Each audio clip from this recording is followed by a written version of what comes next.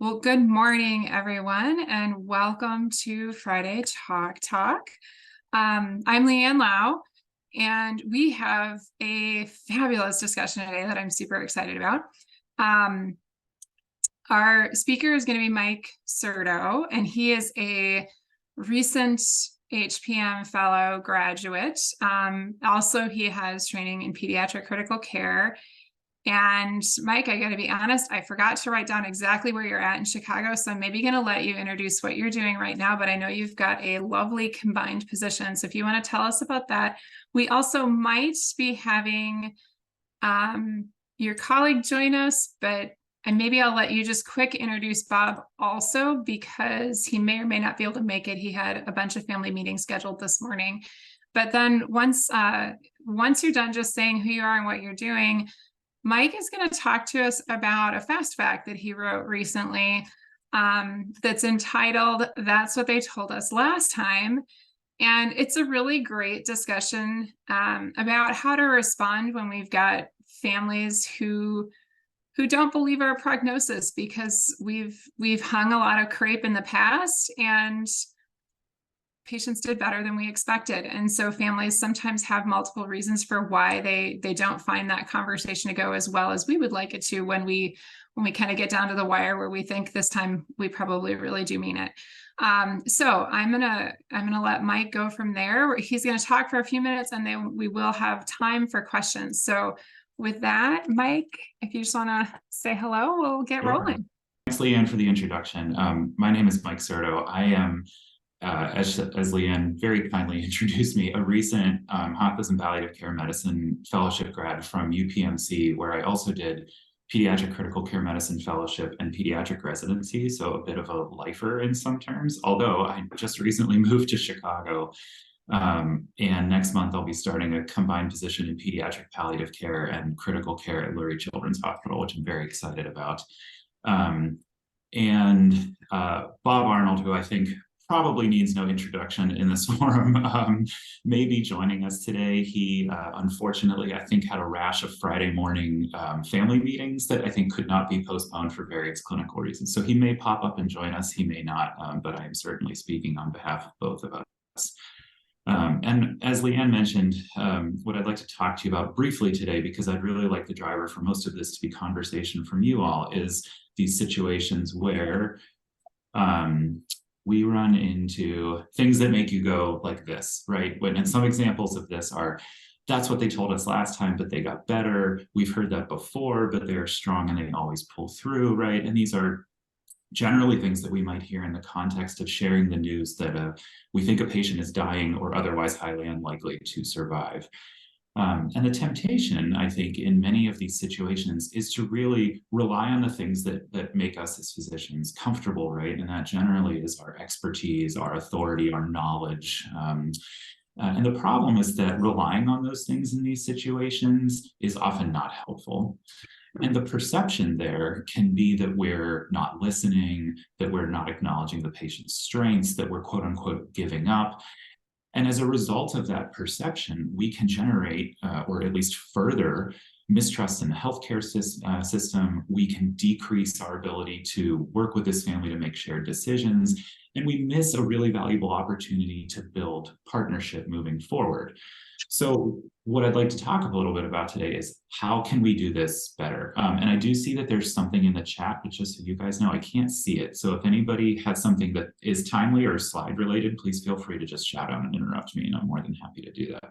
Yep, and I'm watching the chat for you, Mike, too, so I will let you know. The first thing I'd just like to note here is that none of what I'm about to say is meant to be completed in some sort of prefabricated order. These are suggestions and they should be sort of clinically applied as appropriate. You may find some useful, you may find all useful, and I think that's totally situation dependent. So the first thing, just like when you walk into emergency, right? Take a breath, ground yourself. This is a heightened emotional situation. Having your expertise discounted feels demoralizing. It can feel disrespectful. And we really need to take that moment to kind of reframe this as an opportunity to understand a patient and a family and their experiences, right? This really isn't about our personal expertise. It's a heightened emotional situation in which people say things that maybe aren't exactly meant to be taken verbatim. And then second, acknowledge that we were wrong, right? And this is hard, I think, for us as physicians, sort of writ large. But the bottom line here is that last time, this patient did better than expected. And that's really good news, right? We should celebrate that prior fulfillment of hope against the odds. And we should celebrate that this family and this person had extra time together, right? Things like, I'm so glad your mom or your dad did better than we expected.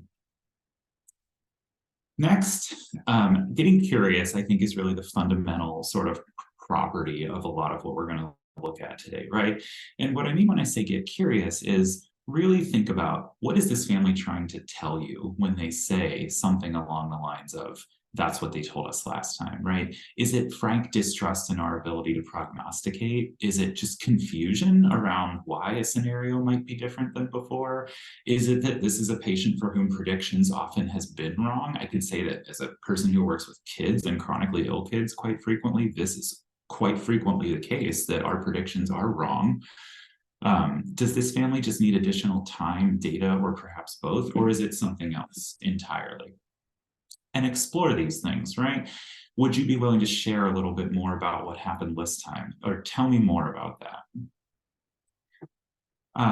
Acknowledging uncertainty, I think, is also a big part of this, right? I think we're all familiar with the notion that medical decision-making under sort of high-risk situations combined with prognostic uncertainty is really stressful. It's stressful for us as clinicians. I can only imagine how stressful it is for folks who don't live in the hospital every day, right? And I think it's important that we praise the family for persevering through this amount of uncertainty, because making decisions under uncertain conditions is really difficult, right? You're doing an amazing job supporting your loved one when the future is so uncertain, right? So both acknowledging how good of a job they're doing and how hard they are really trying to deal with this otherwise pretty crappy situation, particularly within the context of how uncertain the whole thing is, right? And if mistrust in the healthcare system is an issue here, name it directly, right? Call out the elephant in the room. Don't let it hide behind the curtain. Bring it out into the open where everybody can see it, so that we're not just sort of all afraid of it maybe creeping out on its own, right? So phrases like, it must feel like it's really hard to trust us because we were wrong about what would happen last time, right? So name it for what it is. And then some further exploration, right? We can investigate whether or not this time might be different. But what I would offer is that this should always be, we should always ask permission to do this. And why do I think that's helpful, right? Well, if this is phrased as, would it be all right if I shared a little bit about why I think this time might be different, or a similar sort of question, that does three really important things within this context. It offers the family respect and control. It essentially puts the ball back in their court and allows them to decline, right? And if they decline, the bottom line is this probably isn't the right time to start explaining this, right? If they do say, yeah, okay, I'd like to hear about that, what you are beginning to get there is that maybe they are thinking about how this time might be different, right? Maybe they are sort of entering that sort of place where this is beginning to sort of turn over in their head. And then really the third thing is quite practical, right? It prevents both you and the family from wasting time sort of exchanging information that's not helpful or wanted, right? And sort of a different aspect of this is, if we really get that this is not the time, right? They're really not in the mood to hear about this. Can they think about thinking about it, right? And what that means, or a better way to clarify that would be, well, if we're not quite in a place where you want to hear about this, how will we know if this time is different, right? What does thinking about that sort of concept look like, right? Are they even in a place where they can think about the possibility of things, quote unquote, not going well, right? Or how they would react within the situation if things weren't going as well as we thought, right? And these are phrases like, I wonder if you can think about, what if, despite all these things that we're trying, your wife, husband, etc., doesn't do as well as we're all hoping they do, right? It's essentially asking if somebody is in a place where they can think about thinking about this in a hypothetical way, which can provide a sort of sense of removal and a bit of sense of safety when compared to sort of confronting it directly. And this is a place also where the role of a time-limited trial may come up for discussion and can be pretty easily sort of integrated into this part of the conversation. So what are the main takeaways from this? We should move away from trying to quote unquote fix or correct a family's view, because we're not really dealing with a situation where the crux of the problem is what is right and what is wrong. We are more likely to have a successful relationship and encounter here if we reframe this towards a place of empathy and really curiosity, right? Because those are the things that are going to help us build a stronger relationship for future conversations and interactions with this family. Again, I think I don't have to tell everybody here that we're talking about clinical situations where we are definitely not a one and done in most of these, right? These are encounters that take place over days to weeks. And having that sort of foundational encounter where you can build a relationship that allows you to have the really difficult conversations that might be coming down the pipeline can be really important. Our role here as clinicians really sort of, I think, can be reconceptualized, right? We are often an expert. I would say in a lot of ways, we're always an expert, but sort of what we can do with that expertise can transition at certain points. And I think within this context, we're really a guide, right? We are guiding this family, given their sort of contextual experience and familiar relationships through this extremely difficult time, right? And that could go back and forth. They may need us to be an expert tomorrow, and that's okay, right? Acknowledge the patient's and the family's experience. The bottom line is they've lived it and we haven't, and always remain curious about the future, right? So we're a guide that's sort of walking along and seeing what the future brings, and then helping this family kind of deal with each step in that process. Quick thanks to Sean Marks and Drew Rosiel, who gratefully accepted this as a fast fact and sort of helped the editing process, and then Marty and Leanne as well for having us here today. Email addresses are here, and I am happy to stop. I'm going to stop sharing as long as that's okay with you guys. I can always put it back up, and I would really like to hear kind of what everybody thinks about this, and whether or not you feel this is applicable, or if this is things you've run into before, or really just kind of let the conversation go where it will. Thank you so much, Mike. This was a really great discussion.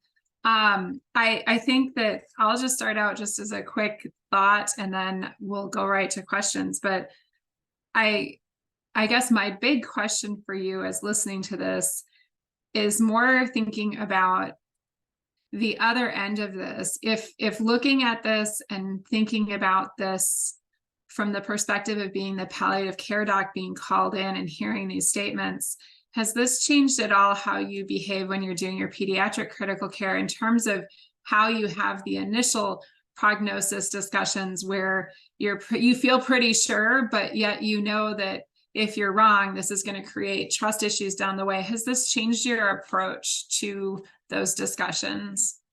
Yeah, I think given the two particular areas that I practice in, this kind of framework, I think, changes how you communicate sort of writ large as a clinician, and gives you a really healthy respect for the prognostic uncertainty.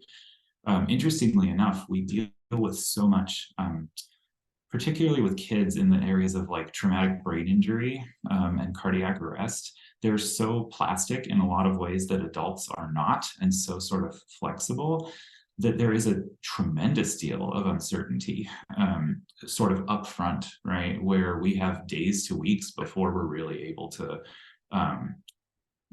even take what I think would be politely referred to as an educated guess. So I think that, yes, both of this kind of framework has really made me think a lot harder and in a lot more detailed way about how I sort of talk to people, even though sometimes I wear what some would consider a vastly different hat under various situations. So yes, it's definitely sort of made me reevaluate my own communication skills as well. I'm not seeing anything in the chat. I don't see any raised hands. Marty, I know you had a question. Yeah, I'd be happy to go. When I read your paper, I thought of emotions like our own guilt and our own desire to be tasky and fulfill a role. And yes, we help the patient, and we also help the team who's consulting us. And so if you're consulted if we are consulted by a critical care provider to discuss prognosis and goals, and we ask permission and they decline, how then do you approach the primary team that sort of has this expectation that they've asked you to do something? How do you go back and speak with them? Because I think that is a fear that many of us might have. Mhm. Yeah, I hear you, and I think it's certainly a fear that I've had, and it's even, I have to admit, it's odd even being in my particular position, because sometimes I'm talking to people that would be my like direct colleague on a different day of the week, maybe, right? So I think that the first thing to remember, and what I have found very helpful in those situations, is that just in the similar way that the first thing you have to do when you're walk in with a family is, number one, not to like check your own heart rate, right? Check your own emotions, and remember that this is not a personal attack on your skills or your ability to do something or your expertise, right? I think we always have to remember that, emotions are high, particularly in a lot of ICU related situations. People are sleep deprived. Everybody is there's like so many factors sort of mixing into that pot that make these conversations heightened emotionally in a way that maybe even the same people, if you like gave them 12 hours of sleep, a cup of coffee, and a halfway decent like meal, they would be their conversational structure would change, right? They would be kind of a different person in a lot of ways. And I can say that for myself for sure. So I think remembering that the situation is emotionally difficult, both for the family, but also often for the physicians taking care of these people, right? Like there's also going to be, I think it's important to remember too, there's a big difference between talking to your MICU colleague who's been, working in the ICU for 20 years and talking to an intern who's been a doctor for 2 months and is like been thrown into MICU nights, right? And they're calling you in the morning, and that's a different person. That's a different sort of emotional threshold. So I think remembering to sort of have that emotional check and have a healthy respect for not only the emotions of your patients and families, but the emotions of the people that are consulting you and looking to you for help is a really good first step, because all of the logic and rationality in the world is fine, and it makes for really good conversations between colleagues, but it doesn't do any of us any good at all if we're going in with our like guns blazing at each other already, because we're all like emotionally fried and angry and tired. I will just add too that I guess I really liked your point about trying to name the mistrust. And I guess I would just add that from some personal experiences, in caring for patients, that really understanding where that mistrust is coming from can be really helpful. And I think that, and I think, and I'd like to hear your thoughts too, about the fact that if we're the only ones sometimes as the palliative provider that has the emotional wherewithal to sit with that, because I know it's very hard to do. And thankfully, usually when we're the palliative clinician, it's not quite the same direct assault on us, right? Because we're sort of saying this is what the teams are telling us. It's not our expertise always. Sometimes we are, but it's not always quite as direct to us. Mm-hmm. I guess my question with you is, have you noticed as a palliative care provider, and maybe again, I suppose it's getting harder and harder to contrast your critical care experience because of the fact that you're using your palliative skills in both, but just that idea that being able to sit with that is potentially one of the benefits that the palliative team can bring. Do you have any thoughts about that? Yeah, and I think sort of tying that back to your previous comment, this whole paradigm, I think, writ large, has helped me, and I hope helped others feel more comfortable as a clinician, acknowledging the elephant in the room when there is one, right? Sort of regardless of what it is. I think one example of this and I will give all the credit here to Bob, because this is something that he taught me during a year of outpatient palliative care clinic together, was that he's started asking every patient, and regardless of what their ethnicity, their any characteristic about them, sort of one of the blanket questions that we've asked everybody is, do you ever feel like someone in the healthcare system has treated you differently because of who you are? Full stop, right? And the number of people who answer, yeah, for one reason, for any reason, right? A reason that you can't even see, right? Having met them for only a short amount of time is really surprising. And I think that, you know, it's a sort of speaks to one of these sort of these things I think that happen to us as we become more efficient clinicians, right? We're just trying to do more, see more, be more efficient. And one of the things that I think is lost in that is that when there is an elephant in the room, our first instinct is to leave it behind the curtain because we're really afraid it's going to suck up a ton of time. And sometimes it does, right? Like, I would be the first person to tell you there's no magic bullet for that. But I think acknowledging that mistrust, whatever that mistrust is based in, right? If it's a medical conspiracy theory, if it's the healthcare system kind of writ large, if it's this particular hospital that they came to in an ambulance that would not have been their choice, right? And you don't know that. Whatever that is, I think acknowledging that, calling it out, asking them to sort of what they're comfortable explaining to you, and being able to sit with it goes a huge, like, that is just a question that most people don't ask, and I think engenders a lot of genuine, meaningful trust between people in a clinical encounter. And I think that, you know, again, I don't have to tell everybody here that I think trust is probably the thing that gets us as palliative care clinicians, you know, where we need to be more often than anything else. Mm-hmm.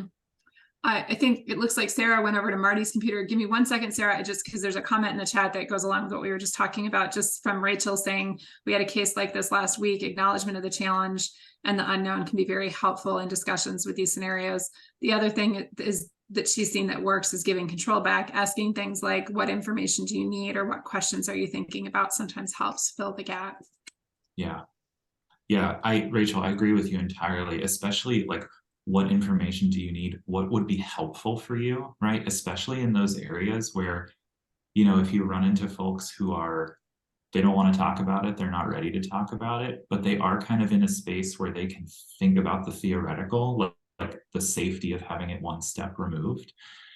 Those are hugely helpful questions, because, you know, again, we can offer people every tool we have in the kit, but the bottom line is, if the thing that would be helpful for them isn't something that's in my top 5 or 6, right? This, again, it saves you tons of time. It engenders a lot of trust. And I think it shows that you are genuinely interested in how to help this person at this time, right? As a unique individual, rather than this is my sort of formula, quote unquote, for how to have a conversation. So yeah, agree 100%. Thank you for that comment. All right, Sarah, go ahead. Sorry, it's actually Rose. Oh, sorry, Rose. I just assumed Sarah moved around. Of course. We share around here. So, sorry, we had technical difficulties. So as someone who works in advanced heart failure, it is a hallmark of that disease to be a poor prognosticator. Do you feel like talking a little bit about whatever that particular diagnosis is and what those challenges are with prognostication in that diagnosis is valuable in that situation? I mean, I'm very specific about talking about disease trajectory, where you may be on that trajectory, and kind of, you know, the unpredictability of a lot of these things, and kind of that sitting in the gray, and we'll be happy to sit in the gray with you. But also, you know, beyond just being there and listening and making sure people are heard, trying to impart some of that information about the diagnosis itself and the challenges that come with that. Yeah, I think, Yeah, as you point out, I think this is one of like the huge challenges that confront palliative care clinicians more so than a lot of other services in a hospital, is that we may, you may come in at 9 in the morning and before lunch see a patient with advanced ALS, a patient with sort of middle of the road, diagnosed a year ago heart failure, who's not on any home therapy, but like might be coming down the road soon. And then you might see a patient who, a couple teams are arguing politely about whether or not to take to the OR, right? And you're asked to come in as an expert in all of these situations and have conversations that really require pretty intricate knowledge, right, of what the actual prognostic information that you can get and what the value of that prognostic information really is, right? And I think number one, it speaks to the value of like always trying to sit down with our colleagues as much as you can so that we're not going in the room saying something different than everybody else, right? Because that's just going to engender more confusion and more distrust and more like, what are you guys even doing here, right? And I think to your point, the uncertainty of the situation, particularly as you noted in things like advanced heart failure, where I'm sure you've seen the same patient 3 times and yet you get 3 different like outcomes, right? Even though they at one point in time they all looked like reasonably similar, right? And I may have seen them 5 years ago. Yes.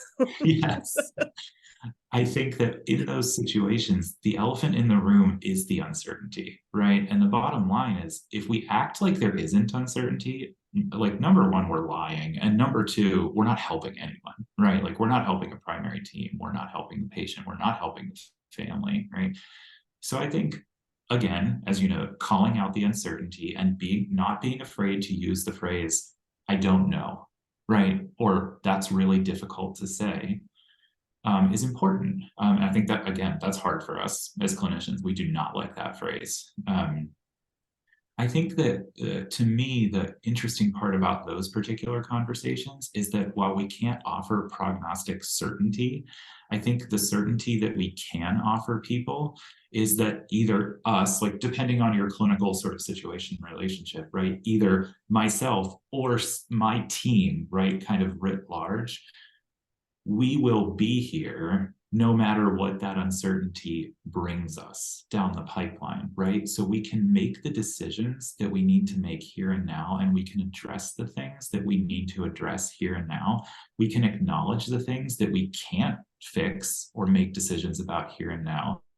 But we can, like the one promise we can make is that when those decisions start coming down the pipeline, we will be here to help you, to walk beside you while we make them, right? And I think that sort of, I think that element helps tremendously, right? In acknowledging that there is uncertainty, but it's not, you're not just saying, well, it's uncertain, and you throw the patient into the wind and say like, we'll see you when we see you, right? Like, yeah, it's uncertain and the uncertainty stinks, right? It's a bad, crappy thing to have to live with that degree of uncertainty for most people. But I think having the knowledge that there is somebody that is sort of looking out for you or will be there to return for you when that uncertainty kind of creeps up again can be really, right. Does it fix the whole problem? No. I think is it a pretty strong sort of buttress to that situation? I think so.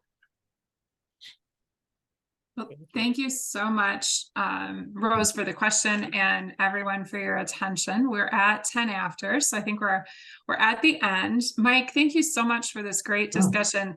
I guess my final takeaway that you kind of just said that I really thought was lovely, so I think we'll maybe just end on that, is that uncertainty is often the elephant in the room, and I think that's a huge point here. But I love the idea that the whole point behind your palliative care team is to be certain that we'll keep walking with you. I love the idea of being able to provide some certainty there. So I really like the way you phrased that. So I think that's a great note for us to end the week on and the show on. Thank you all for your attention. Marty, anything you need to add?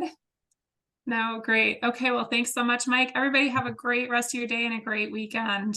Thanks for having us. I apologize that Bob couldn't make it, but it was really nice to be here. We understand. Thank you so much for being here. Thanks. Have a good day. Yep. Bye-bye. Bye.